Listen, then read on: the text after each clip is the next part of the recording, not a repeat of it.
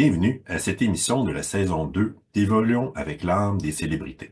Je suis votre animateur Benoît Ménard, en compagnie de la médium multidisciplinaire Julie Leblanc. Bonjour Benoît, coucou tout le monde.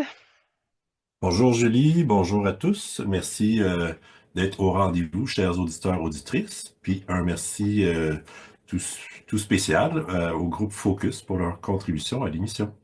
Oui, merci beaucoup, soyez bénis tout le monde. Joyeux Saint-Valentin. Ben oui, spécial Saint-Valentin aujourd'hui, Benoît, la fête de l'amour. Oui, on souhaite à tous de vivre à travers son cœur, avec la pureté de son cœur. Oh mon Dieu, que de vœux nobles ce matin, merci beaucoup. Est-ce que de ton côté, tu avais des retours à faire? Écoute, certainement, et là, regarde bien, c'est un retour nouveau qu'on va faire parce que j'ai eu une dame qui m'a écrit. Et elle fait un retour par rapport à son expérience avec l'émission et l'âme de Tony Robbins, OK? L'émission qu'on a faite début janvier. Alors, je la garde sur le sceau de l'anonymat, mais je vais, bon, en tout cas, je vais l'appeler Mel, OK? Alors, ce qu'elle m'écrit, elle dit lors de ma formation avec Julie Leblanc sur les 17 rayons, j'en étais au rayon jaune lorsqu'une lecture énergétique de Tony Robbins est proposée sur le site de l'émission. Je ne sais pas pourquoi, mais le besoin d'écouter l'entrevue devient incontournable. Je mets alors de côté mes multiples tâches et je m'installe pour l'écoute. L'information est divertissante et je suis capable de saisir l'énergie de l'homme que je connaissais déjà. À la suite de l'écoute de cette émission, je suis retournée à mes tâches. Les informations de l'entrevue restent en écran de fond dans mes pensées. Lors de ma routine du soir, je suis allée dans la salle de bain et j'ai ressenti et vu apparaître Tony Robbins. Il se manifeste face à moi un peu à gauche. Il me regarde dans les yeux, inquisiteur et bienveillant, en pleine présence et pleinement dans son masculin. Son énergie me traverse complètement. L'inquisition est de voir quelle sorte de blessure je porte et qu'est-ce que je dois exactement améliorer pour continuer d'avancer au niveau relationnel avec l'homme. Je suis complètement surprise et dépassée qu'un homme qui se projette dans mon écran mental ait une énergie aussi puissante. Dans l'inquisition de son regard, il y a une profondeur. Il a saisi et s'est intéressé à tous mes blocages, blessures relationnelles et fausses croyances générationnelles.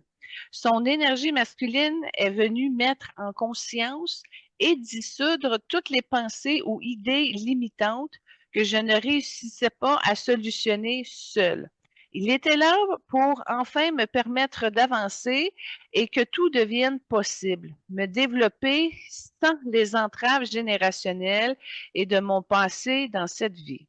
Il m'a regardé au-delà de mes protections, telle que je suis et pour ce que je suis, dans ma vulnérabilité, et m'a offert le cadeau de sa présence. Cette présence signifiant la fin d'un chapitre de ma vie, son énergie par la suite fait acte de présence à plusieurs reprises, me signifiant qu'il continuait de m'accompagner tant que le besoin ou la résolution ne serait pas finalisé. Ma gratitude est infinie.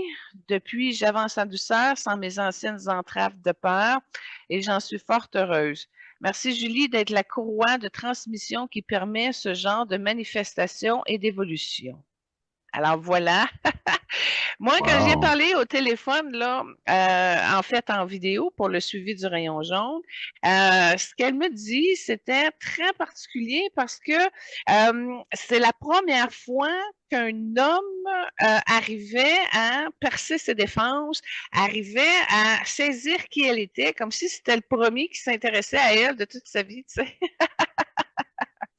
Fait que ça fait quelque chose de particulier parce qu'elle a tout de suite compris que la présence et puissance de son énergie masculine amenait à la reconstruction et à la libération de gros morceaux. Alors, fait que c'est pour ça, quand elle me parlait de ça, je dis, wow, wow, wow, attends, écris-moi ça, on va le partager dans l'émission. Alors, ça conduit pendant qu'elle me parlait de tout ça. Vénus est intervenue, est venue l'aider aussi à rebalancer le diapason au niveau de son chakra cœur, au niveau de son plexus. Bref, euh, elle a beaucoup évolué suite à l'émission de Tony Robbins. Elle voulait nous le partager. Voilà. J'aimerais faire un retour aussi sur l'émission de la semaine passée concernant Jonathan Crombie.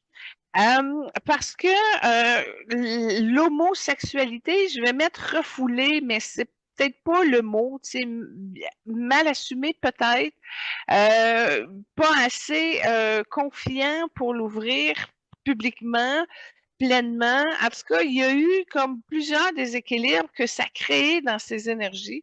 Puis il y avait aussi des mémoires au niveau de son livre de vie qui étaient très sales, très noirs, dont entre autres une où il faisait la chasse à l'homosexualité. Fait que ça a été très difficile pour lui de remettre de l'ordre pour enlever le moton qu'il avait émotionnel au niveau de la gorge, au niveau du cœur. Il y avait un sentiment de défaite qui était aussi majeur. Et là, écoute, il y a quelque chose qui s'est placé comme si il y avait eu des appuis, des armes qui sont venues comme le réconforter, dont entre autres Meryl Streep. Elle n'a pas participé, mais était juste là en tenue de soirée, bien peignée, avec des beaux colliers de diamants. En tout cas, elle était très belle, mais elle venait assister à. Assister à quoi? Ben, il y a eu un grand mouvement de libération pour créer l'ouverture nécessaire afin que le rayon jaune puisse aider l'ouverture au niveau de Jonathan Crombie pour venir libérer ces espaces en lien avec l'homosexualité mal gérée. Je vais l'appeler comme ça.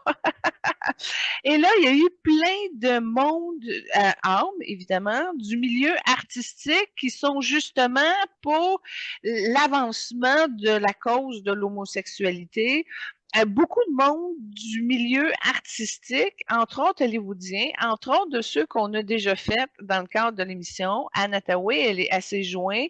Tina Turner s'est jointe. Lady Di s'est jointe. Il y en a beaucoup, beaucoup, beaucoup qui se sont venus. Pourquoi que ça a fait un rassemblement monstre? Parce que sur Terre, les droits des homosexuels, entre parenthèses, là, les droits là, ou l'aisance ou la place dans la société des homosexuels a vraiment beaucoup reculé. Je ne sais pas si c'est l'effet Trump qui a comme commencé déjà à prendre place. Je n'ai pas le pourquoi. Mais Trump n'est pas le seul responsable parce qu'on voit dans les pays, entre autres arabes, les droits de l'homosexualité vraiment sont presque à zéro. Là, c'est comme s'il y a un mouvement qui a régressé par rapport à les droits et de l'égalité, par rapport, entre autres, aux humains et aux homosexuels. Tu sais, tout le monde est égaux. Bref, ça a été un très, très gros rassemblement. Il n'y avait pas que des âmes vedettes. Il y avait beaucoup d'archanges, de maîtres ascensionnés, etc. Comme je te dis, il y a eu la chance d'avoir un apport de lumière tellement bénéfique qu'il a réussi à dégager tous les carcasses qu'il portait. Et puis, ça s'est dégagé. Et là, il a vraiment baigné dans une belle lumière jaune et blanche. Et là, ça a dilué la confusion mentale. Ça a continué à vider sa gorge. A commencé à libérer les peurs et la terreur qui est emmagasinée jusqu'au niveau cellulaire. Ça a dégagé son troisième œil. Il y a des entités qui se sont libérées. Bref, il a réussi à faire une charge maximale de lumière pour arriver à son propre processus d'acceptation de qui il est. En faisant ça, ça a débloqué son don de la politique et son âme a confirmé que c'est la prochaine orientation qu'il va prendre dans sa prochaine incarnation. Alors, il s'en va politicien et probablement il va faire ses cours avec les jaunes, probablement une âme jaune. Je ne sais pas, il a touché un peu pendant qu'il était à Broadway, il a touché un peu par le truchement de son équipe au niveau de l'Adan of Green Gables. Mais là, c'est comme si il descend. Au lieu d'avancer, là, tu sais, il était rendu dans le bleu. Le bleu cobalt était beau, le bleu indigo était moins beau. J'ai comme l'impression qu'il va reculer, refaire ses clenches avec les jaunes. Et là, ça va lui permettre de mieux fusionner avec son identité d'âme, d'être. Et en même temps, son âme a comme mission, avant qu'il s'incarne à nouveau, d'atténuer toutes les restants de peine qu'il porte au niveau du chakra du cœur, au niveau sacré également. Et ça, il y a eu plein de choses en lien, entre autres avec son père, ça s'est dégagé dans son ancienne incarnation. Et bref, tout ça pour dire que on a aussi profité pour, vous savez, j'avais vu qu'il y avait une difficulté physique avant sa mort, comme s'il y avait déjà un processus de mort qui était enclenché avant la mort officielle. Euh, ça aurait pu être des mémoires de VIH. C'était pas le cas, mais on les a travaillés en énergie.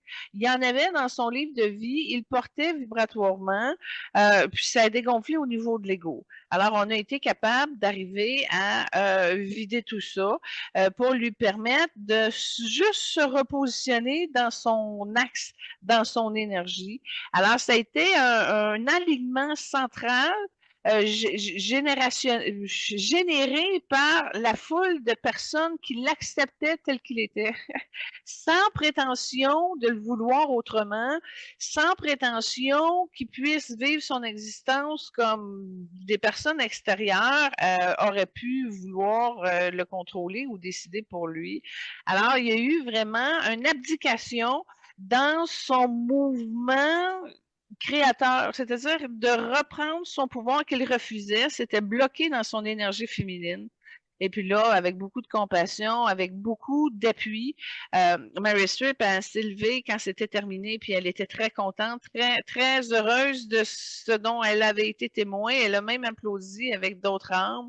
Fait que c'est comme si ça a libéré beaucoup de gens de la communauté publique, peut-être, ben, je m'allais dire hollywoodien, mais il n'y avait pas juste des acteurs d'Hollywood, là. Fait que ça a été comme quelque chose qui a été significatif et qui a avancé un peu le droit des homosexuels de 3 cases par en avant.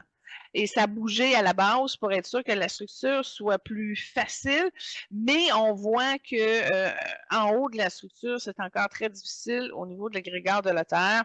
Alors, c'est pas quelque chose qui s'est réglé définitivement pour tout le monde, mais il y a eu quelque chose qui a été en résonance avec toutes les âmes qui avancent sur le sujet des droits homosexuels. Et puis, ben, ça a libéré beaucoup de rejets, beaucoup de confusion, beaucoup d'erreurs de relations publiques aussi. En tout cas, ça a fait un gros ménage au niveau des agrégats de la Terre. Puis, dans le cas de Jonathan Crombie, ben, il y a eu comme une renaissance. C'est carrément ça que ça fait. Comme s'il venait de passer une étape de baptême, puis que ça l'avait purifié dans la lumière et ça avait augmenté sa joie beaucoup. Et puis, ça l'a amené son esprit directeur à mieux placer, je m'en ai dit falsifier, mais à mieux placer son plan pour lui permettre justement de pouvoir avancer sans culpabilité, ni rejet culturel ou quoi que ce soit.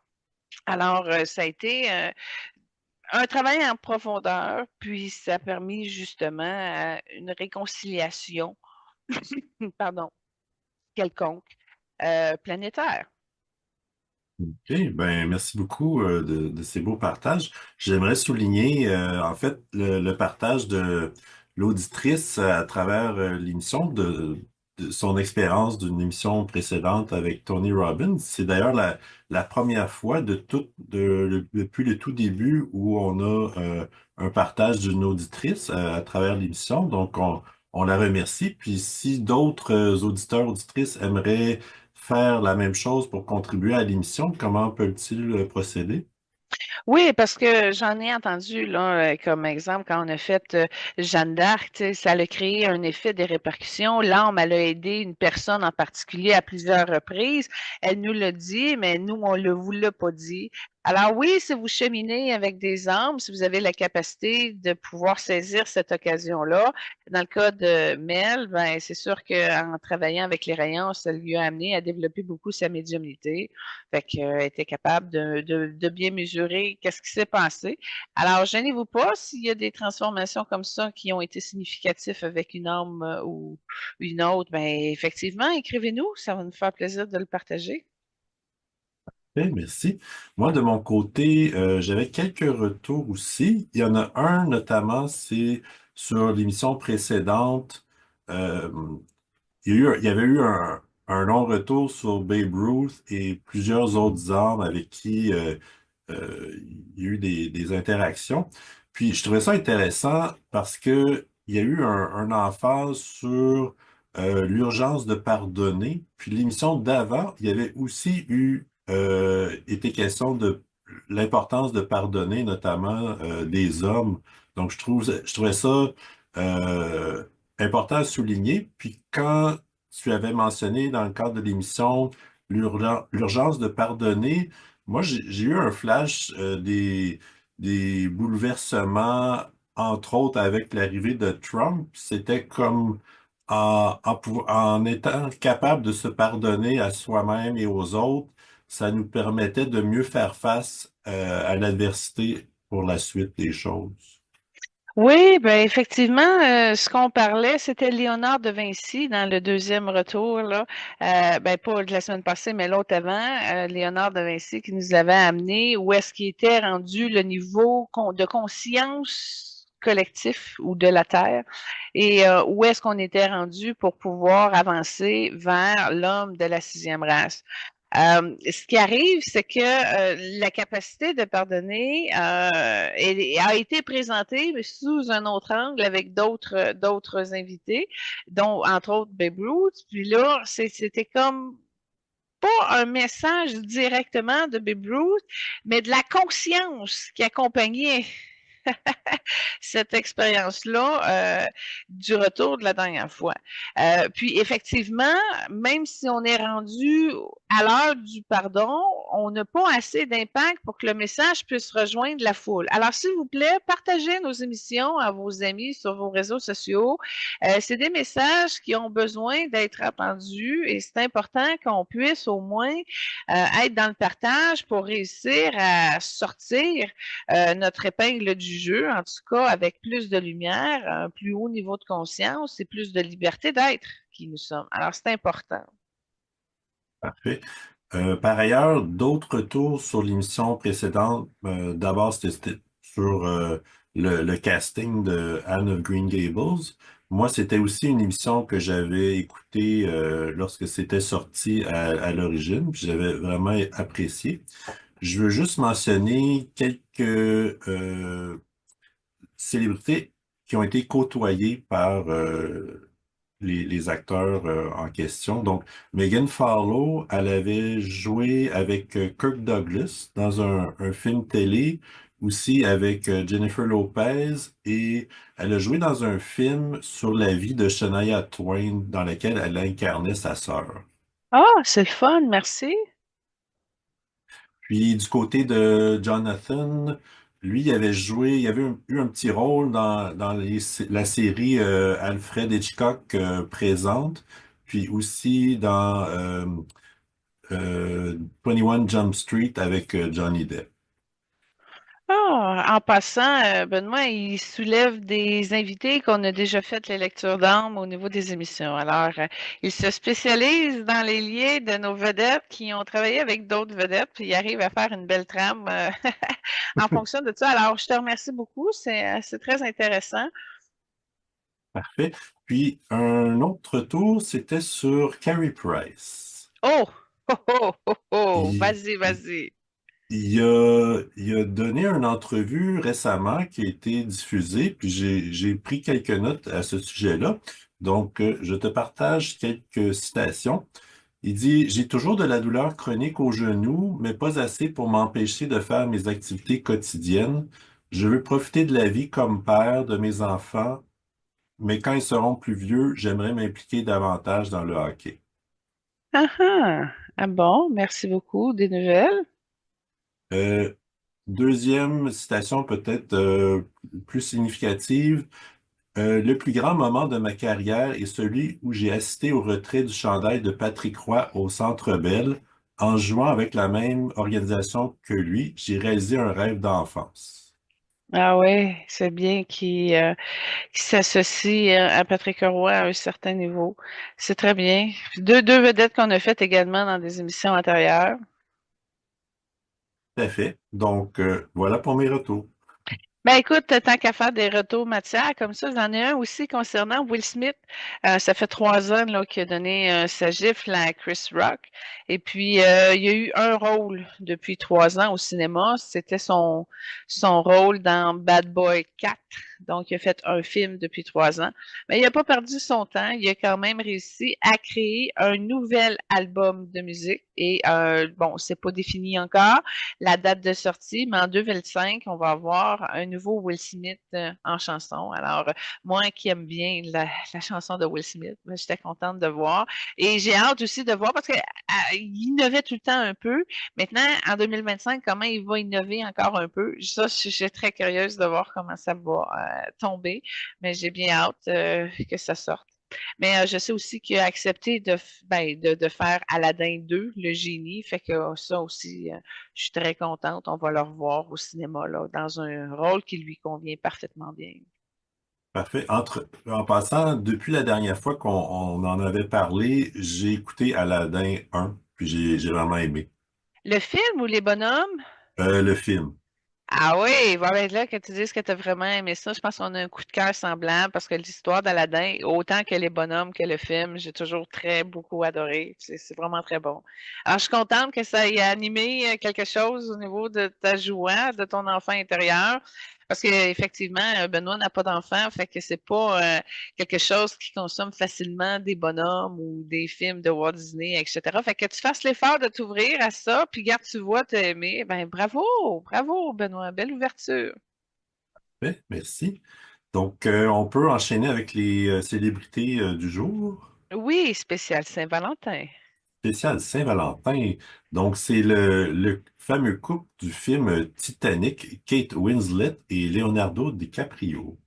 Oui, effectivement, on a été chercher les amoureux populaires pour notre spéciale fête de l'amour, parce que au niveau de l'âme, il y a beaucoup de choses qui font trembler et qui ont réussi à rejoindre et percer l'écran. Donc, c'est ces deux acteurs et actrices qui sont pas pareils, hein. Si on les met un à côté de l'autre, Kate, elle est jaune et Leonardo DiCaprio est bleu cobalt. Juste bleu cobalt. Il n'y a pas d'autres couleurs. Puis Kate, elle est juste jaune, il n'y a pas d'autres couleurs. Alors, ça, c'est le fun. On arrive à cet aspect-là. Et puis, au niveau de leur trame, ils ont déjà eu une histoire d'amour romantique à très haute intensité où ils étaient toutes les deux nobles, aristocrates, et qui veillaient et régnaient sur un royaume. Mais il y avait eu beaucoup de guerres, beaucoup de trahisons, de tensions, etc. Mais il avait réussi toutes les deux à faire la paix dans ce monde chaotique-là et à être au-dessus. Tu les vois en haut comme d'un sommet quelconque avec la lumière du soleil. Puis là, ils ont réussi à faire une équipe véritable. Et puis, c'est avant le temps des Grecs. Donc, on recule un petit peu au niveau de l'histoire. C'est 3000 ans avant Jésus-Christ.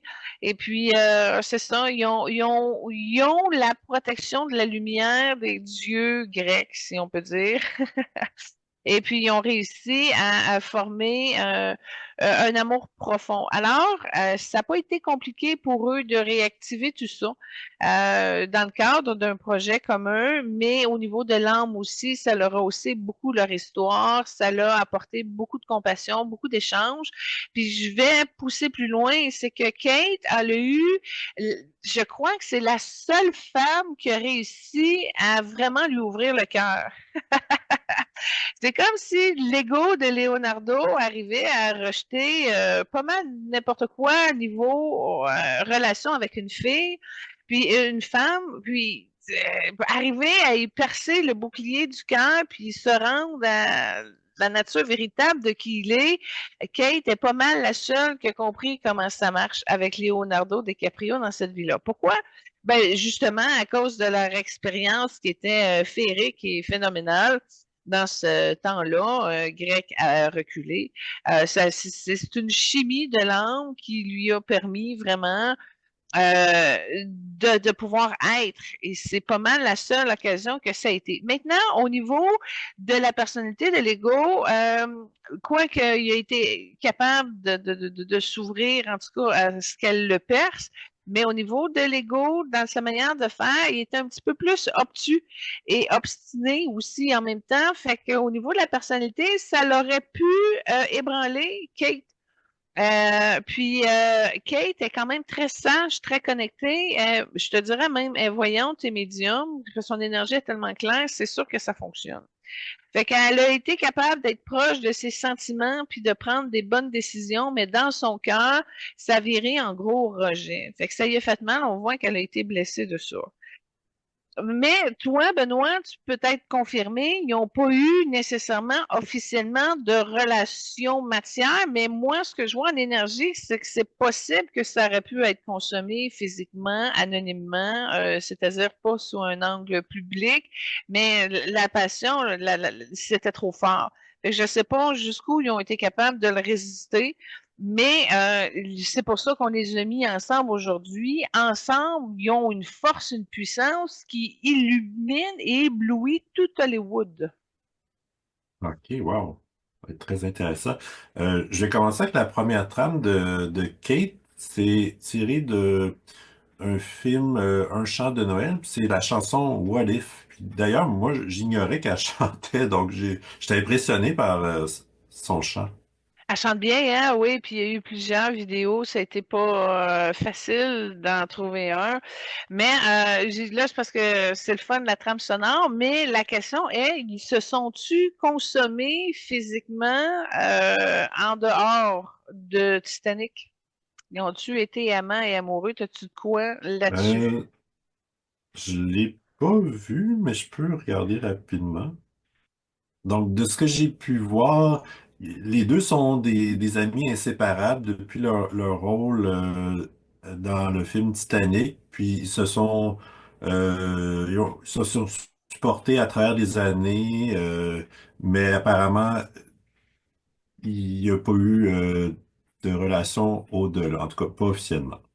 Ouais, c'est ça. Fait que ça confirme ce que j'ai vu tantôt. C'est ça que ça dit. Bon, c'est super, mais ce qu'on pourrait arriver, c'est que, excuse-moi ma phrase, il y a quelque chose dans le cœur de Leonardo DiCaprio qui est prête à détruire. Puis c'est vraiment une programmation qui est en lien avec sa vie amoureuse. Et c'est une surcompensation de son ego, puis c'est des boucliers, des mécanismes de défense qui l'amènent à être inatteignable.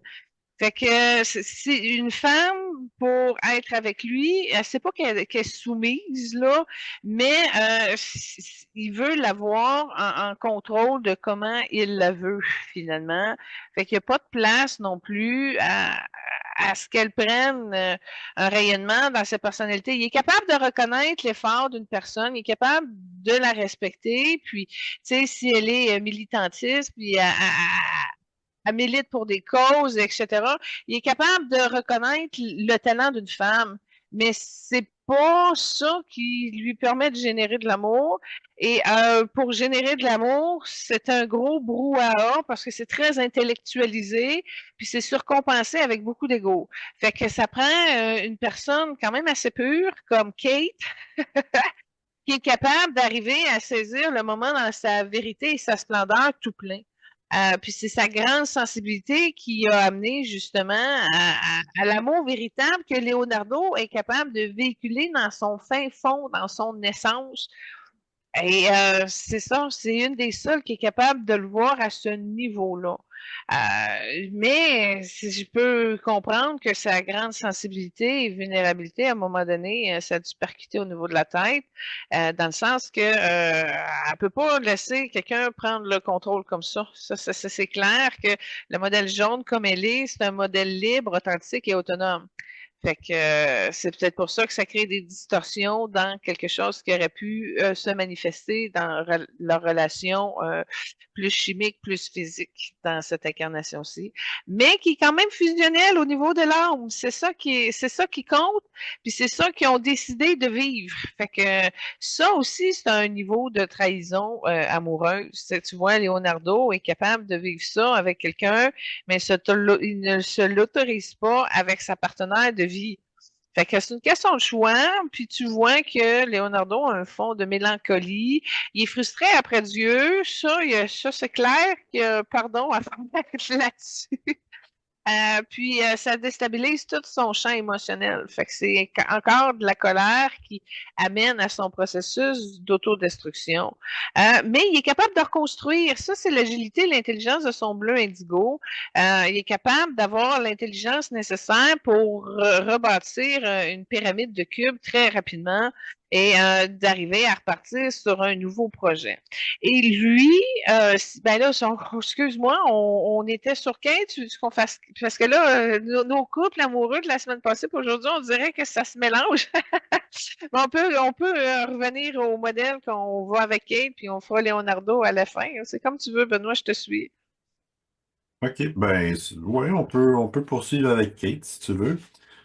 Donc, dans le fond, elle est née en 75 de parents. Son père est d'origine irlandaise, sa mère d'origine suédoise. Puis, elle vient vraiment d'une famille d'acteurs. Son père était acteur, ses grands-parents maternels aussi. Puis, elle a deux sœurs qui le sont aussi devenues.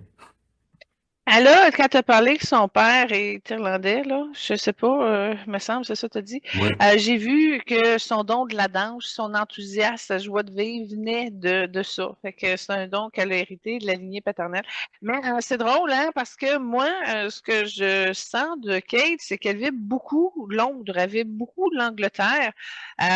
J'imagine que ses parents ont peut-être bougé ou immigré ou je sais pas trop comment ça s'est placé pour elle. Qu'est-ce que tu as? Ouais, ben dans le fond, est anglaise, donc ça a du bon sens, là. Euh, mais je pense, ouais, c'est ça, elle est née en Angleterre, donc c'est OK, ça. d'accord. Puis, côté relations, elle a eu plusieurs relations euh, qui se sont mal terminées, ou peut-être précédemment, ça s'est mal passé aussi, mais elle a dit que Euh, elle a eu de la misère à gérer ses ruptures amoureuses, donc je me questionnais si elle avait réussi à les accepter.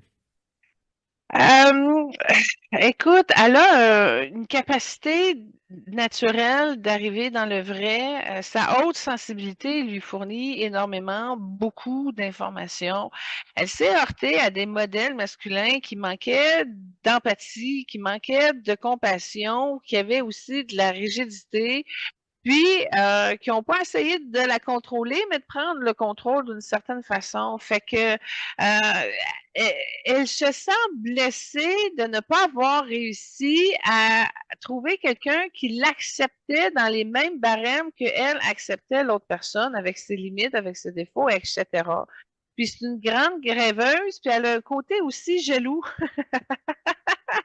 Fait que ça fait bizarre un peu d'une combinaison comme ça, mais elle veut qu'on la respecte, elle veut qu'on prenne le temps, elle veut reconnaître le talent chez son partenaire, elle veut bien faire les choses. C'est pas une femme qui va aller trop vite. Au contraire, elle mesure chaque pas pour que ça se rapproche le plus possible à ses aspirations profondes et à l'authenticité de son cœur. Et ça y prend un homme doux. Puis son pattern, c'est le rejet. Fait que c'est le rejet qui est enfoui dans l'ego. Puis là, ça secoue la baraque. Puis il faut qu'elle se libère de ça puis qu'elle règle les choses. Fait que c'est clair qu'elle n'a pas la même maîtrise qu'elle aurait souhaité avoir parce qu'il y a de la déception à plusieurs niveaux. La déception est plus à la surface. Puis quand on redescend un peu, on voit elle a été blessée, tu sais. Mais le code moral est important pour elle, fait que ça prend quelqu'un qui la traite bien, puis sa foi, elle est très forte. Elle c'est pas pour rien qu'elle a une belle lumière, Puis ça la protège aussi. Puis elle, pardonné ses griefs qu'elle avait par rapport à Dieu. Puis elle est capable d'aller voir loin. Elle est capable de déceler le potentiel chez les gens. Et elle a travaillé beaucoup ses limites de l'ego. Il reste quelques peurs, mais pas tant, pas suffisamment pour créer une distorsion, si on peut dire, mais la mère qu'elle est, OK, elle est un petit peu plus rigide. Elle est un petit peu plus sur le paquet de nerfs, si on peut dire, par rapport à sa descendance. Que je vois dans son livre de vie, elle a deux filles. Deux filles qu'elle chérit et qu'elle protège beaucoup, puis elle est un petit peu rigide. Mais sinon, ça ressemble à quoi niveau matière dans sa famille proche? Parce que tu as parlé de ses frères, ses sœurs, là, mais elle a-tu Oui. incarné ses deux filles? Euh, J'en vois deux. Ouais, je vois deux enfants. Je n'étais pas certain si c'était un gars ou une fille, mais peut-être c'est deux filles. Je ne sais pas, en énergie, c'est deux filles, puis il y avait une possibilité avec le bon père d'aller plus loin parce qu'il y a un troisième, il y a un garçon, mais il n'est pas développé, il n'est pas autonome. D'après moi, il n'est pas réincarné, mais elle a un garçon de ce père en arrière. OK. Puis ça, ben, c'est difficile, c'est pour ça qu'il faut avoir l'information matière parce que ce qu'on voit, moi, je vois deux filles en énergie, mais ça se peut que ce soit un homme avec une énergie plus féminine, tu sais, fait que ça peut changer tout dépendant le trajet de l'âme dans la matière. Euh, Moi, ça a été mon cas. Ma dernière, elle m'est apparue son âme en homme brun aux yeux bruns, puis elle est arrivée en petite fille blonde aux yeux bleus, tu sais. Fait que ça peut avoir des décalages comme ça, tout dépendant le choix de l'âme par rapport à l'incarnation. Puis ma fille est très masculine aussi. Fait que, en tout cas, ça sont, bon, deux filles en énergie, mais c'est ça, c'est une mère pour les plus stressée, elle est plus stricte, elle est plus sénère, elle est plus dans le contrôle de vouloir protéger ses filles. Fait que ça, elle aurait à relâcher. Ses reins, c'est surrénal, entre autres sur ce sujet, mais à ses forces, moi, je la vois faire du yoga, je la vois faire un petit peu de méditation, d'étirement. Elle a des habitudes saines de vie, puis elle ne sait pas comment se protéger par rapport aux préjugés encore. Fait qu'elle est très vulnérable dans son enfant intérieur, mais c'est une combattante. C'est vraiment quelqu'un qui a fronté l'Église dans, je vois une incarnation en 1700 là, pour pousser, mettre fin justement à l'extorsion de la religion qui avait l'emprise sur le village. Fait qu'elle elle a milité beaucoup. Ça a été quelqu'un qui a eu du courage. Tu le vois vraiment. Puis même dans cette incarnation-ci, elle s'est fait dire non tellement de fois. Il y a tellement de gens qui ont essayé de la blesser, mais elle se ressent, elle remonte sa lumière, elle revient dans sa paix, et puis il y a quelque chose qui se passe, puis en rehaussant sa fréquence comme ça, ben, ça s'aplanit, puis elle est capable d'avoir des beaux contrats qui la représentent très bien, et puis elle est capable de se tirer l'épingle du jeu, puis à bien s'installer dans sa valeur. Donc, c'est une âme sensible, angélique, qui veut protéger la Terre, puis en même temps qui est consciente que ses émotions doivent être assainies. Donc, elle a son plein pouvoir créateur. Elle a, je te dirais, son énergie féminine est à 58%. Il y a quelque chose qui est peut-être un petit peu plus fort, mais pas tant. Fait que c'est quand même quelque chose qui peut s'équilibrer. Là, je viens de voir aussi, elle a une ouverture en lien avec Jude Law. Il y a eu une belle aventure au niveau de leurs deux âmes ensemble. Jude Law, elle a joué avec Cameron Diaz dans le film. C'est mon film préféré d'elle en passant, là, de Holiday, avec Jack Black, puis ben, ceux que je viens de nommer, Cameron Diaz, Jude Law. Puis, mais dans le film, ils n'ont pas de lien à part sœur-frère, mais en énergie, Jude plaît beaucoup à Kate Winslet. Fait que elle a la chance d'avoir comme côtoyé des hommes qui lui ont bien plu et qui ont fait beaucoup d'effets, même si ça se vibre plus de l'autre côté en énergie que dans des liens matières. Là, je te poserai pas la question, je sais que tu n'as pas la réponse, mais ça a peut-être été consommé en arrière-boutique parce qu'au niveau de l'âme, elle est très réceptive à Jude là. Alors voilà, ça ressemble à quoi sa vie amoureuse? As-tu réussi à se trouver un mari fort et digne d'elle? Ben, elle a eu quand même plusieurs relations. Ses enfants, c'est avec deux différents père. Puis, aux dernières nouvelles, j'ai pas de relation en cours présentement. Il y a un karma au niveau de sa vie amoureuse parce que quand je te posais la question, j'ai vu que en arrière-plan, à côté de son âme, finalement, c'est bleu indigo, noir.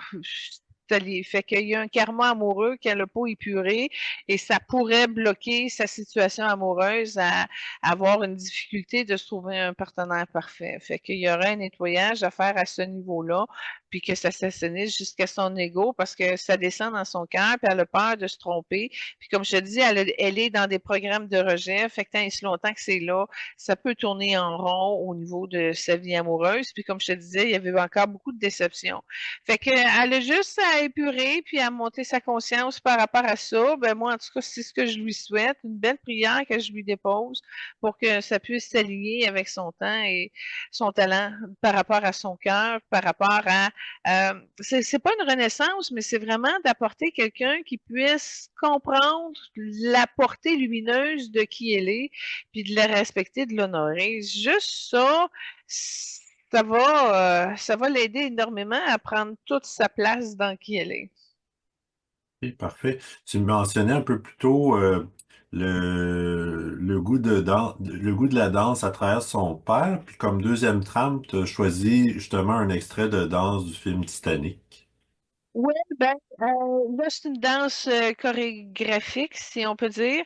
Mais écoute, j'ai vu une émission, une entrevue qu'elle avait faite dans un talk show du soir, là, je sais pas trop quoi. La vidéo durait 5 minutes, puis à moitié de la vidéo, elle a fait un tap dancing qui a duré 15 secondes. Fait que c'était pas suffisant pour pouvoir être là. Mais au moins, elle a l'ouverture et l'aisance d'essayer de sortir de sa zone de confort, puis de lui permettre de pouvoir entrer. Mais ce que j'ai vu dans sa vidéo versus comment son âme porte le don de la danse, c'est exponentiel, là. Ta danse qu'elle porte au niveau de l'âme est beaucoup plus évoluée de ce que j'avais vu dans le 15 secondes de tap dancing, là. Ok, parfait. Dès un jeune âge, elle a été attirée par le jeu de théâtre. Puis à 5 ans, elle a incarné un rôle de la mère Marie. C'est vrai? Oui, Wow! je sais pas si ça a été significatif pour elle, Sûrement. si- sûrement. Ah oui, Puis tu peux donc, pas porter le rôle de ma Marie sans que ça n'ait aucun effet sur toi, là. Ça, c'est clair. puis côté moins le fun, dès son enfance, elle avait un certain surpoids, puis elle a été intimidée en lien avec ça. Puis au courant de sa vie, par la suite, elle a beaucoup milité pour que les femmes soient acceptées telles qu'elles sont, plutôt que de devoir se conformer à une image idéale qu'on leur impose. Ça, très, très, très, très, très important pour elle, c'est dans ses grandes causes championnes au niveau de son âme. Elle le porte dans le blanc. Non seulement ça, mais je vais plus loin. Ce que j'ai vu, c'est qu'elle a même insisté auprès de, je sais pas si c'est un contrat de maquillage ou un front page de revue, mais elle est de celles qui dit non, tu fais pas des retouches, tu laisses ça naturel le plus possible, justement en fonction de bien l'assumer d'une part.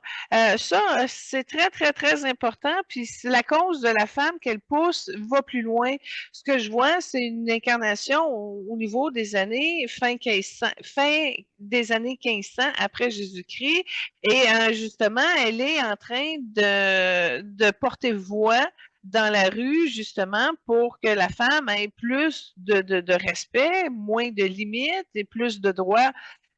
Fait que c'est vraiment quelque chose qu'elle porte dans l'âme, dans l'être, puis elle va aller jusqu'au bout, puis de l'assumer pleinement. Puis c'est une personne tellement généreuse, elle va prendre le temps de avec la personne avec qui elle va s'assurer que l'autre personne est dans son aise, est dans son confort, est capable d'échanger véritablement avec elle. Fait qu'elle elle s'ajuste beaucoup au niveau des autres. Ça aussi, c'est un cœur très conciliant dont elle a une bonne maîtrise. C'est vraiment une âme très généreuse de qui elle est, puis simple. On voit qu'il n'y a pas de game, on voit que c'est pas une forcenée, on voit qu'elle n'est pas hautaine, mais elle est réservée, elle est timide, puis elle a peur du rejet. Fait que comment qu'elle va s'adapter pour que les gens ne se sentent pas rejetés à son contact, ça va faire beaucoup d'efforts là-dessus. J'avais les notes justement pour euh, concorder avec ce que tu disais sur le, la beauté naturelle. Elle est pour la mode, la beauté, le maquillage naturel, mais contre les chirurgies plastiques de nature cosmétique. Puis je dirais même l'authenticité puis le naturel, elle le transpose dans son jeu d'actrice parce qu'elle dit, je ne peux pas simplement apprendre mes répliques et faire mon jeu d'actrice parce que je ne veux pas jouer, je veux être moi-même. Même dans Oui, son jeu d'actrice, donc très important. Ça va dans la sélection du rôle qu'elle va prendre pour elle. Puis elle est vraiment bonne, là. C'est ça qui arrive. Elle a fait des grands chefs-d'œuvre aussi. Tu sais, on a parlé à un moment donné de Jane Austen. On l'a pas faite, mais on va la faire éventuellement. Mais dans le cas de Jane Austen, elle a fait Raison et Sentiment aussi. Tu sais, fait qu'elle a joué dans des gros classiques. Puis tu vois quand même l'aisance de rentrer dans un rôle pareil. Mais c'est juste qu'avec le temps, puis à force d'assumer la femme qu'elle est, puis je peux la comprendre, moi aussi je suis jaune, puis moi aussi c'est pareil. À un moment donné, c'est l'authenticité qui prime, qui passe avant tout, puis tu sais, c'est aussi bien d'être dans des espaces où tu es confortable, puis que tu arrives à penser, à véhiculer la lumière, le message, mais c'est pas sans sacrifice, hein. Parce que, bon, comme tu expliqué, tu es grosse, plus jeune, aujourd'hui, ça a presque percuté sa santé mentale, pas l'obsession du corps. Fait qu'il y a comme deux vitesses. Tu sais. Elle n'a pas le choix d'avoir fait attention. Elle n'a pas le choix de sacrifier cet aspect-là. Mais il y a une partie d'elle qui dit non, non, on peut le vivre pleinement, mais en même temps, elle comprend la nature sensible de l'industrie que ça peut être très dévastateur, quelqu'un qui gagne en surpoids ou quoi que ce soit. Fait que c'est une lutte constante chez elle, mais elle fait l'effort de se garder en équilibre puis de garder ça un petit peu harmonieux. Fait que elle a développé des astuces, elle a développé un génie par rapport à sa santé, son soin pour elle, son équilibre, sa destinée. Elle est très noble.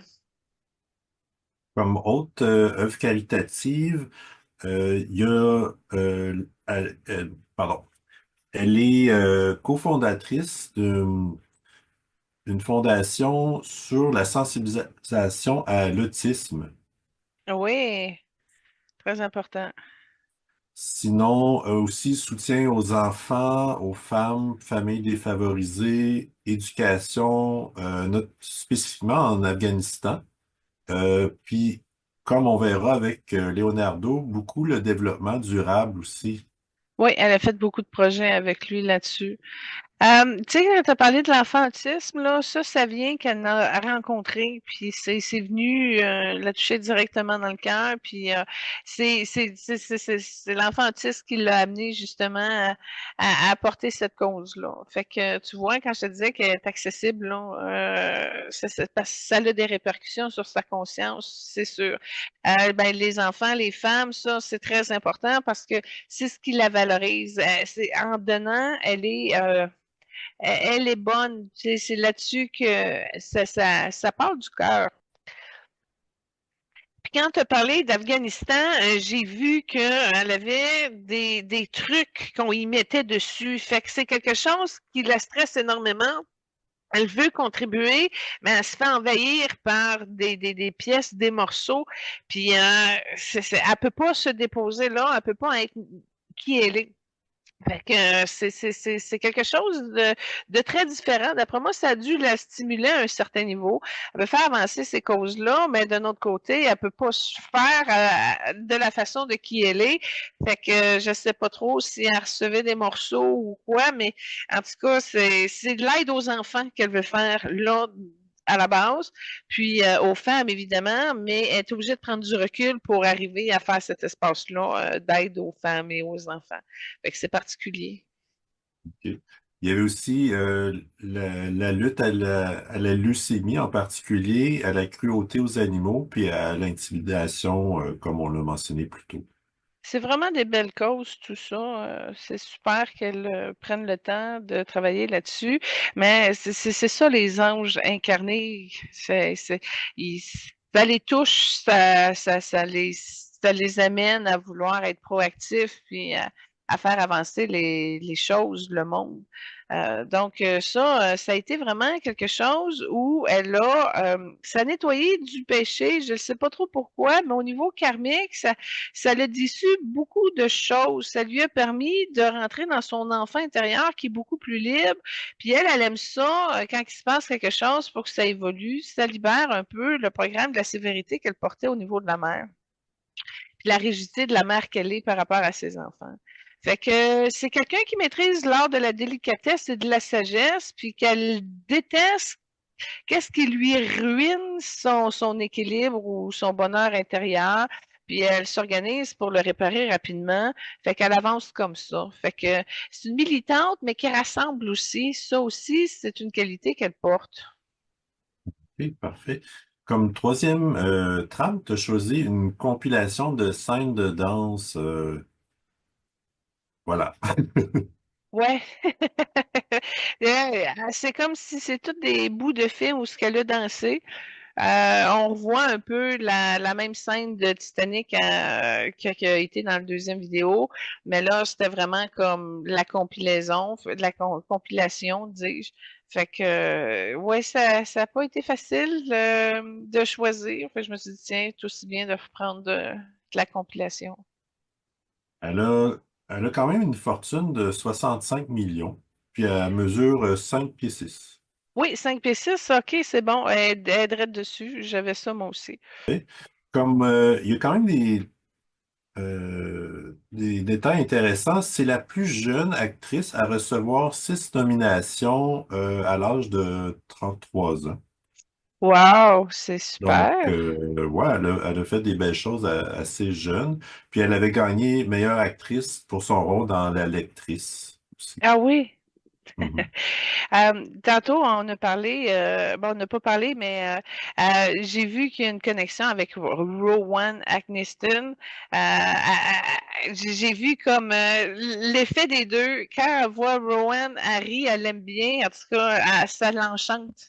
Puis Rowan, il est tellement malaisé, il est comme mal à l'aise devant cette belle femme-là, toute lumineuse, etc. Fait qu'il y avait un réflexe d'être très mal à l'aise, mais c'était comique aussi un peu à la fois, mais il y a une distance. Fait que les deux s'apprécient, se connaissent, se sont déjà bien reconnus, mais Rowan a de la misère à composer avec la présence de Kate. OK. Elle a aussi joué avec Robin Williams dans Hamlet de Shakespeare, avec Jim Carrey, Johnny Depp, Freddie Highmore, Hugh Jackman, Will Smith, puis elle a joué dans un film de Steve Jobs aussi. Il y a plein d'affaires finalement que j'ai pas vues. Je n'ai pas vu Kate et Will Smith, Kate et Hugh Jackman. Je pense qu'il va falloir que je me rapproche un peu de sa filmographie parce que c'est très intéressant. Tu sais, c'est des combinaisons particulières. Mais tu sais, Will Smith, il y a un peu de jaune, mais il y a du vert. Fait que j'aimerais ça voir le résultat que ça a donné. Du Hugh Euh, Jackman qui est dans le bleu indigo. En tout cas, ça aurait été intéressant de voir. Parfait. Puis donc, ça conclut pas mal ce que j'avais. Elle a eu aussi, ben, en fait, elle a été souvent considérée une des plus belles et influentes femmes au monde. Elle a eu son étoile à Hollywood, puis aussi commandeur de l'Ordre de l'Empire britannique. Oh, hey, c'est super. Bravo. Mais tu vois que c'est une femme forte, là. Oui, absolument. Ouais. Ben, alors, moi, Donc, en tout cas, je vais la remercier. On va la bénir. On va lui souhaiter bonne chance. Et je lui apporte dans mon cœur tout le soutien pour les belles causes qu'elle envisage parce que ben, si ça fait progresser la femme et l'humanité, moi j'approuve, je collabore, je participe. Alors, je la remercie pour ça. Puis je lui souhaite bonne chance sur son parcours. oui, tout à fait. Donc, pour Leonardo DiCaprio, tu as choisi comme première trame un montage photo sur My Heart Will Go On. Ben, étonnamment, OK, Leonardo DiCaprio, c'est pas un danseur, c'est pas un chanteur. Et les vidéos qu'il y avait de lui artistiquement, c'était pas fort. Il n'y avait pas grand-chose. Il y avait un 10 secondes ici, un 15 secondes là, mais pas suffisamment pour arriver à l'amener ben, en tout cas, à sortir de sa zone de confort ou de contrôle, comme on pourrait dire dans son cas. Fait que là, je me suis dit, tiens, spécial Saint-Valentin, Titanic, Céline Dion, hommage. Il y a quelqu'un qui a fait un hommage à la tune de Céline. Je dis, bon, ben vendu, ça va compenser pour l'absence de trucs que lui a fait. Fait que, ouais, on l'avait pas mis, My Heart Will Go On, dans nos trames sonores depuis le début de l'émission. J'ai dit, tiens, occasion, bonne Saint-Valentin tout le monde. En passant, j'ai déjà fait un karaoké sur cette chanson-là. Oui, tu nous en fais-tu un extrait? Et là là, j'ai pas les paroles sous les yeux. Là, on pourrait mettre ça sur pause, puis on pourrait aller chercher. Mais non, OK, on s'amuse, là. Je te crois, je suis sûre que tu as fait ton possible. Leonardo, il est né un 11 novembre en 74, puis il mesure 6 pieds. Tu vois, j'étais sûre que c'était un bélier, ce monsieur-là. J'étais certaine qu'il était né au mois d'avril, tu vois. Fait qu'il y a des grosses planètes. 11 novembre, OK. Écoute, moi, ce que je peux te dire, c'est que astrologiquement, je m'y connais pas, OK? Mais ce que je peux te dire, c'est quand tu regardes sa carte du ciel, mais c'est pas une carte du ciel comme les astrologues. Moi, je vois son ciel à lui. Puis je peux te dire, c'était très aligné pour qu'il puisse réussir à avoir la carrière qu'il a eue. Il a vraiment su s'en tenir à ce que sa bonne étoile lui avait placé astrologiquement parlant pour qu'il soit très célèbre, jeune, très, très jeune.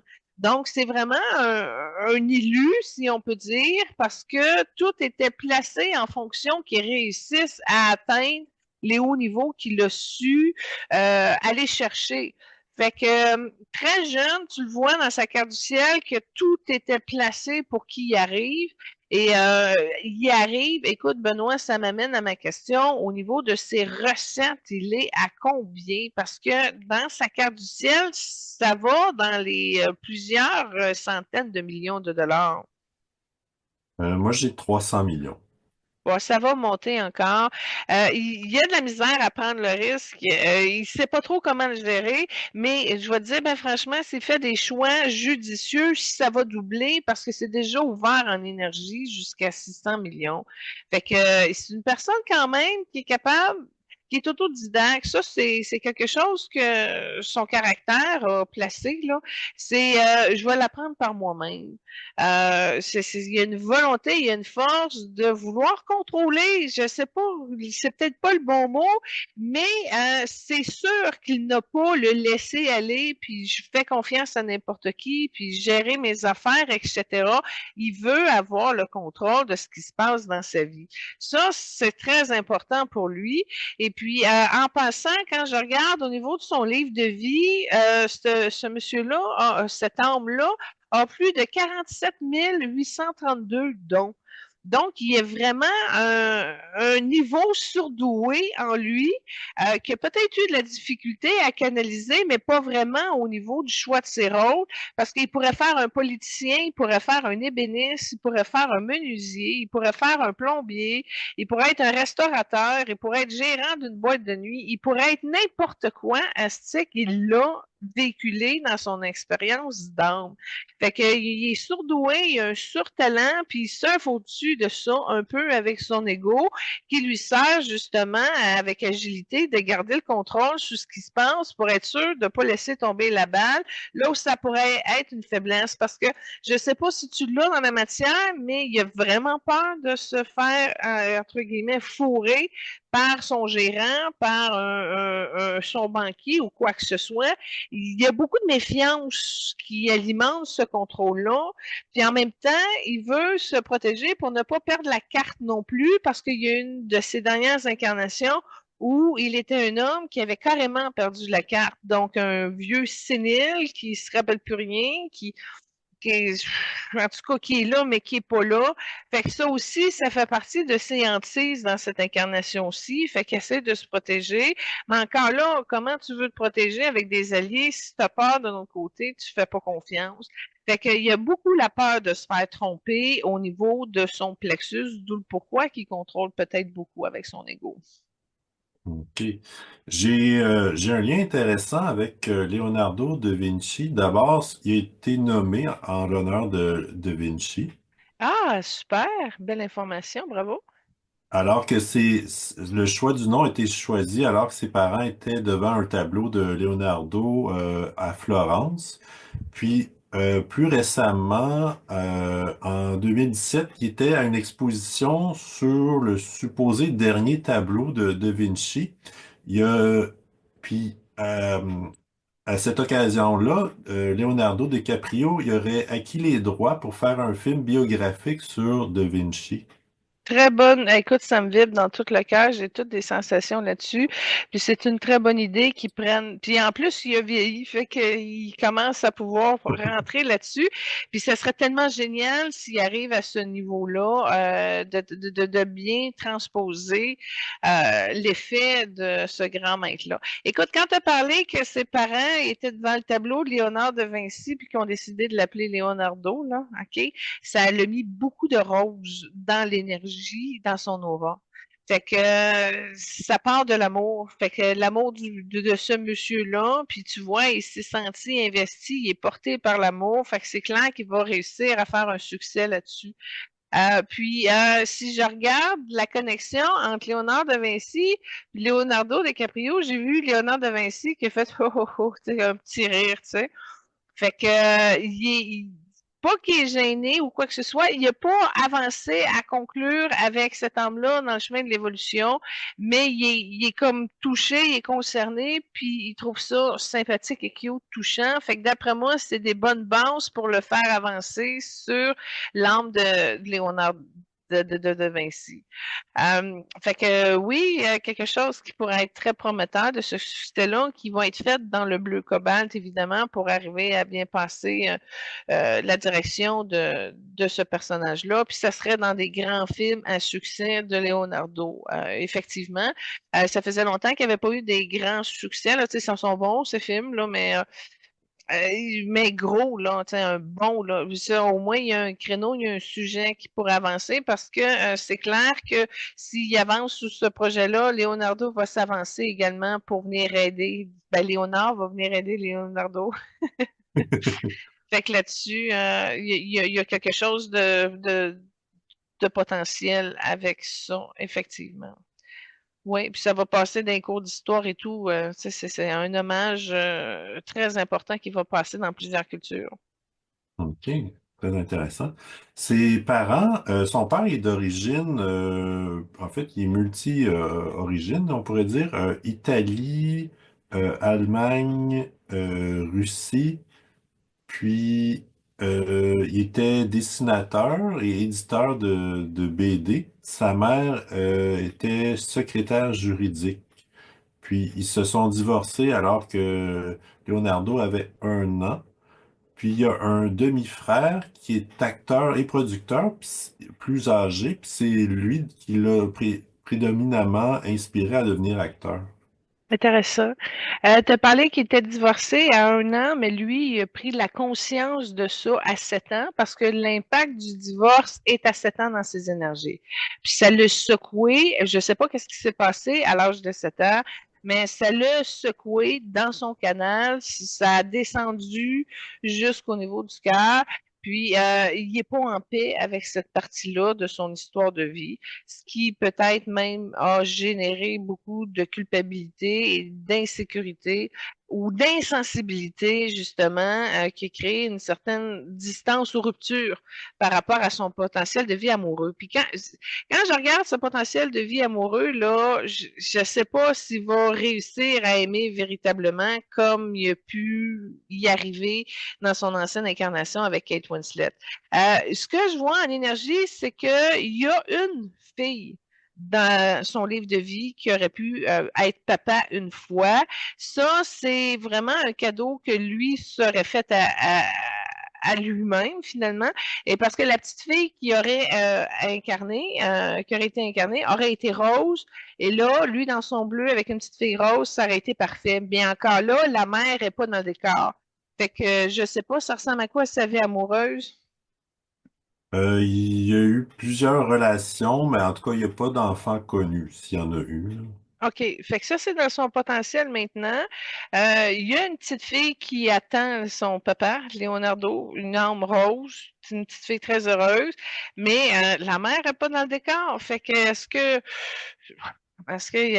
ne sais pas comment ça va se placer pour lui, mais en tout cas, il a le temps encore s'il veut des enfants. Il a quel âge là aujourd'hui? Leonardo, il est né en 74, donc il aurait 50. Là.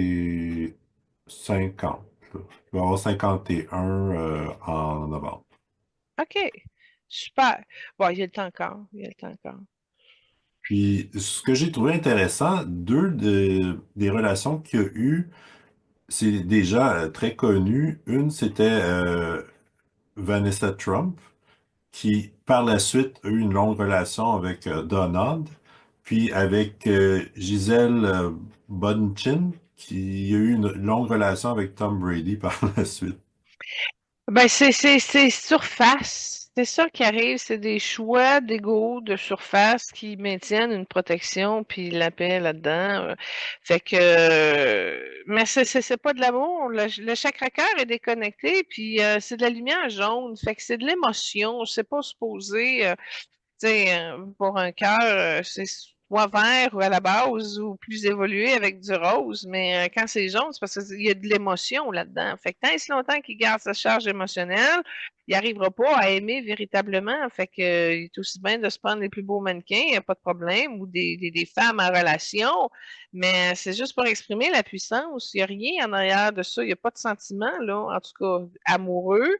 Puis, comme je l'ai dit, Kate Winslet, c'est la seule qui a réussi à s'y rendre. Fait que, bon, à partir de là, y a-t-il d'autres candidates qui vont y arriver? Je sais pas. Mais tu vois, même s'il arrive à sa fille, la femme n'est pas là. Fait qu'il n'y a pas d'équation amoureuse à succès à moyen terme dans son plan de vie. OK, parfait. On avait déjà parlé de Leonardo DiCaprio dans l'émission sur Louis XIV. Puis d'ailleurs, ta deuxième trame, c'est une scène de bal masqué tirée de L'homme au masque de fer. Ah, j'ai eu une grosse dualité parce qu'il y a une bonne chanson dans cette trame-là qui s'appelle Le cœur du roi. C'est vraiment là-dessus que j'aurais mis. Mais comme je voulais respecter un peu la thématique de la danse, puis c'est pas mal le seul film où il danse. Fait que j'ai dit, OK, on va y aller avec cette scène-là, un petit peu de musique du roi avec un grand bal.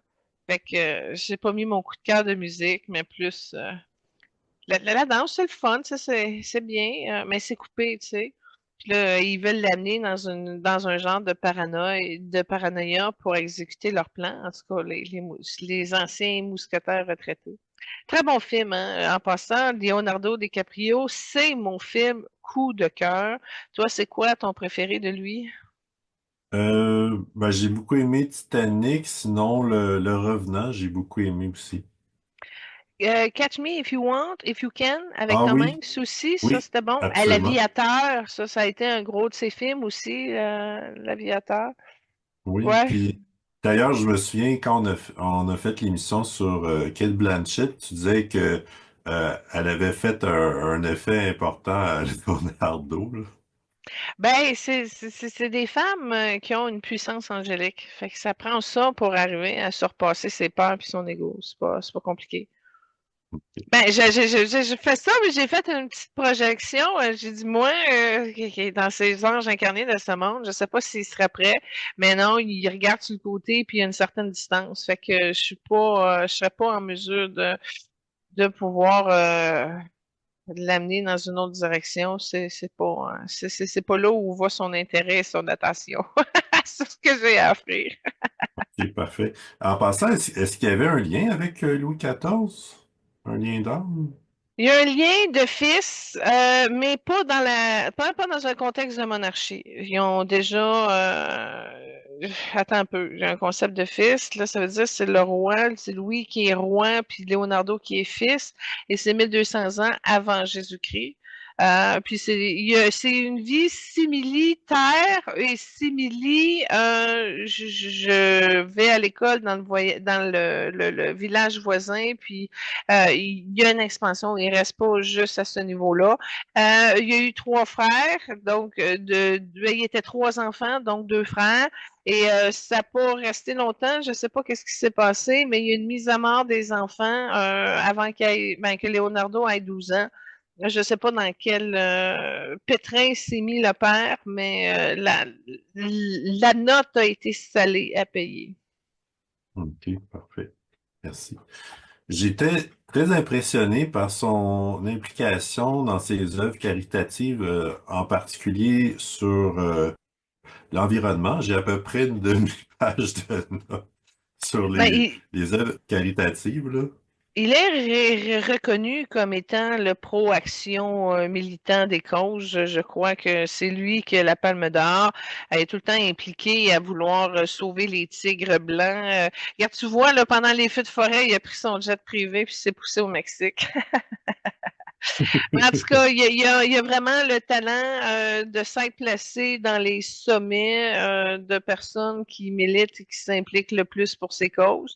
Puis en même temps, c'est normal un peu, tu sais, un grand, riche, égoïste, c'est une bonne position de vouloir prendre son argent puis faire fructifier le succès pour aider justement toutes les causes qui sont sensibles.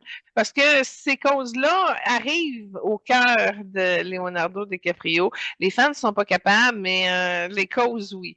Alors, dans toutes les causes qu'il a, là, parce qu'on va faire le tour, il y en a beaucoup, quelles sont-elles? Ouais, juste pour résumer, il a financé 80 millions pour 200 projets dans 50 pays, dans un Ben, des premier temps. projets de quoi? Des projets de pharmaceutiques, des Ben, projets environnementaux, des... environnementaux, de développement durable. Puis, spécifiquement, évidemment, il y a la préservation des espèces menacées, il y a les océans comme tels, il y a l'énergie solaire et électrique, secteur agroalimentaire. Euh, dans l'énergie électrique, il y a notamment au niveau de la voiture de course électrique. Il y a l'aide aux enfants défavorisés, les sinistrés de désastres naturels, et égalité des genres. On parlait plutôt pour les gens homosexuels. Il est beaucoup impliqué pour la paix en Ukraine. Il est messager de la paix des Nations Unies. Puis, il a été très impliqué pour l'élection de Barack Obama, puis il a même été candidat au tourisme spatial. Tu vois à quel point il y a du talent puis que ça va partout, hein?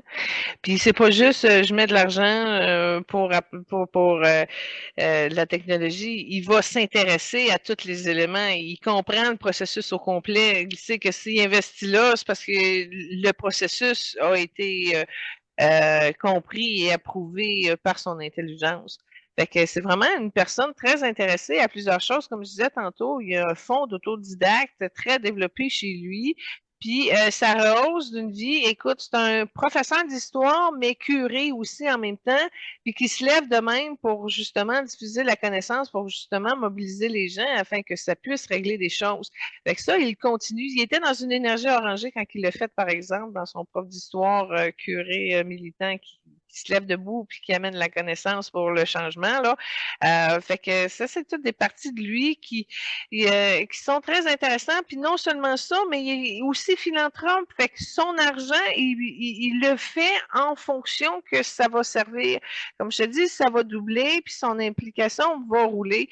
Parce que quand je regarde à plus long terme, il va diminuer le cinéma, mais ces organisations à but non lucratif comme ça vont avoir pris le trois quarts de son temps, de sa charge, puis ça va multiplier, puis il va rassembler, puis il va faire des liens politiques, puis de la diplomatie, puis ça a un effet entraîneur parce que ça dépasse les États-Unis dans son plan. Et tout ça est mis en œuvre par son choix de carrière qui l'a amené à prospérer pour pouvoir équilibrer tout ça.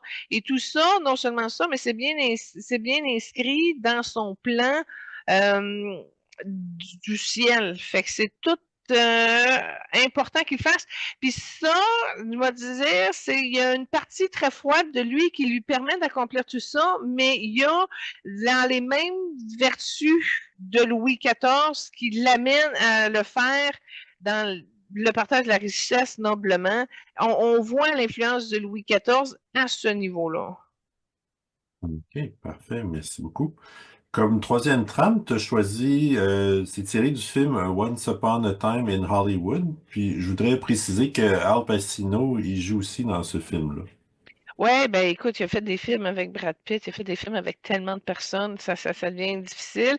Mais là, j'allais chercher la partie la plus artistique de lui, puis c'est pas mal là que ça se joue. Fait que Hmm. c'est ça. Parfait. Je voudrais mentionner, côté santé, il y a un désordre obsessif compulsif. Oui, on le voit ça dans son corps mental. Ça fait partie de sa partie contrôle, justement, où on veut s'assurer que ça passe. Puis ça vient de la lignée maternelle. Sa mère avait ça dans son programme. OK, parfait. Sinon, à un certain moment donné, il y a eu un épuisement professionnel parce qu'il faisait, il enchaînait les tournages puis il prenait pas le temps de se reposer, là. Ouais, ben on l'a vu beaucoup, mais là, il a pris le temps de se reposer. Ça fait longtemps qu'il n'a pas sorti quelque chose, là. Oui. Côté, on pourrait dire hommage, il y a eu plusieurs nominations. Il y a eu un Oscar pour son rôle dans Le Revenant. Il y a plusieurs, de son implication dans l'environnement, il y a eu plusieurs espèces animales et végétales en voie de disparition qui sont nommées en son honneur. Oui, intéressant parce que tu vois, ça vient d'une incarnation où c'est un scientifique un peu fou, justement, puis il travaille dans un genre de jardin botanique avec des animaux qui vivent dans la serre. Puis il y a une obsession justement à tout comprendre comment ça fonctionne, puis comment ça marche, puis les liens politiques, puis le financement, etc. Fait que ça continue un petit peu cette partie-là de cette incarnation-là. Ok, parfait. Comme, euh, Comme autres célébrités qui ont joué avec lui, il y a notamment Meryl Streep et Robert De Niro qui ont joué avec lui à quelques reprises. Mhm. Sinon, il y en a quand même quelques autres, Drew Barrymore, Russell Crowe, Jack Nicholson, Matthew McConaughey. Donc, voilà. Ouais, ben, il y a beaucoup de films. Il y a combien de films dans sa filmographie? Je sais pas si tu les as comptés, là, mais il doit en avoir une bonne centaine, c'est comme rien. Ouais, ben, il y en a plusieurs, et comme acteur, d'autres comme réalisateur, d'autres séries de télé. Donc, ouais, au total, peut-être une centaine, là. Oui. Ouais, c'est un hyperactif du travail, ça, c'est sûr. Ça vient des Bleus Cobalt, hein, sont un peu pareils. Tu sais, je connais un policier qui est dans le Bleu Cobalt, puis il fait des semaines de 70-80 heures parce que s'il travaille tout le temps, ouais, c'est ça. Il y a quelque chose d'intense. Chez les Verts et chez les Bleus, en passant, là, sont plus assujettis à y aller à fond. Puis tu sais, c'est tellement à fond, dans le cas de Leonardo, il a renoncé à sa vie amoureuse pour pouvoir y aller à fond. Et donc, ça conclut pas mal ce que j'avais sur Leonardo. Bon, ben c'est super. Écoute, on va le remercier, le bénir. Et puis, moi, ça a toujours été un mystère, Leonardo DiCaprio, tu vois. Autant que toutes mes chums de filles, quand j'étais jeune, ah, il est beau, je l'aime, je l'aime, je l'aime. Moi, j'ai toujours regardé avec un œil, pas dans l'observation. Ça a été quand même un phénomène où ben, j'ai suivi un peu, pas à fond, pas tant, mais quand même, les parties que j'ai consommées de ce qu'il a livré m'ont touché profondément. Alors,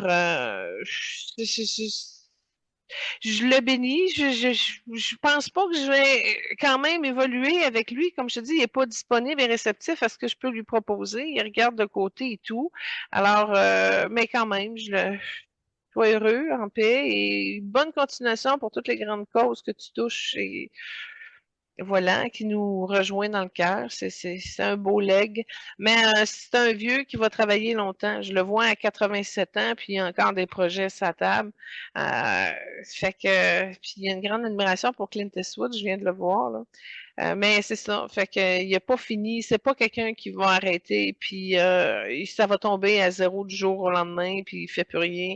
À moins qu'il soit vraiment instable psychologiquement et très, très, très malade, puis qu'il renoncerait finalement à sa vie. Mais c'est peu probable. Ça ne devrait pas aller dans cette direction-là, mais il y a une possibilité, malheureusement. Fait qu'on va lui souhaiter du rose. C'est vraiment de l'amour qu'il a besoin, qui a parti de l'éclosion de qui il est. Et c'est un petit peu ce qu'il doit récupérer au fil de son évolution, d'être capable d'aimer. Et ça, tant et si longtemps qu'il ne fait pas un ménage dans ses vues, dans ses serments, dans son ego, dans ses mécanismes, dans ses protections, etc. Il va avoir encore beaucoup de déceptions pour y arriver. Fait que qu'il prenne le temps, qu'il tente la chance. C'est plus à la partie du loup de Wall Street là, je le sollicite. Là. Prends la chance d'aimer. Il y a quelque chose qui va t'amener à un pouvoir supérieur et qui va minimiser un petit peu l'esprit de contrôle qui tient à aborder. Mais autant qu'il y a une bonne palette de jouer dans beaucoup d'émotions, autant qu'il y a une difficulté de gérer ses émotions, justement à cause qu'il y a beaucoup trop d'émotions dans le cœur. Fait que si on peut lui souhaiter une sérénité de la gestion émotionnelle, ça pourrait énormément aussi beaucoup l'aider à vider sa déception. Oui, ben, je remercie Kate et Leonardo pour leur contribution, notamment au niveau de l'environnement. Puis merci d'avoir été un bel exemple de relation amoureuse dans Titanic. Puis je souhaite à nouveau joyeuse Saint-Valentin à tout le monde. Soyez bénis et heureux. Namasté. On se voit la semaine prochaine. Au revoir.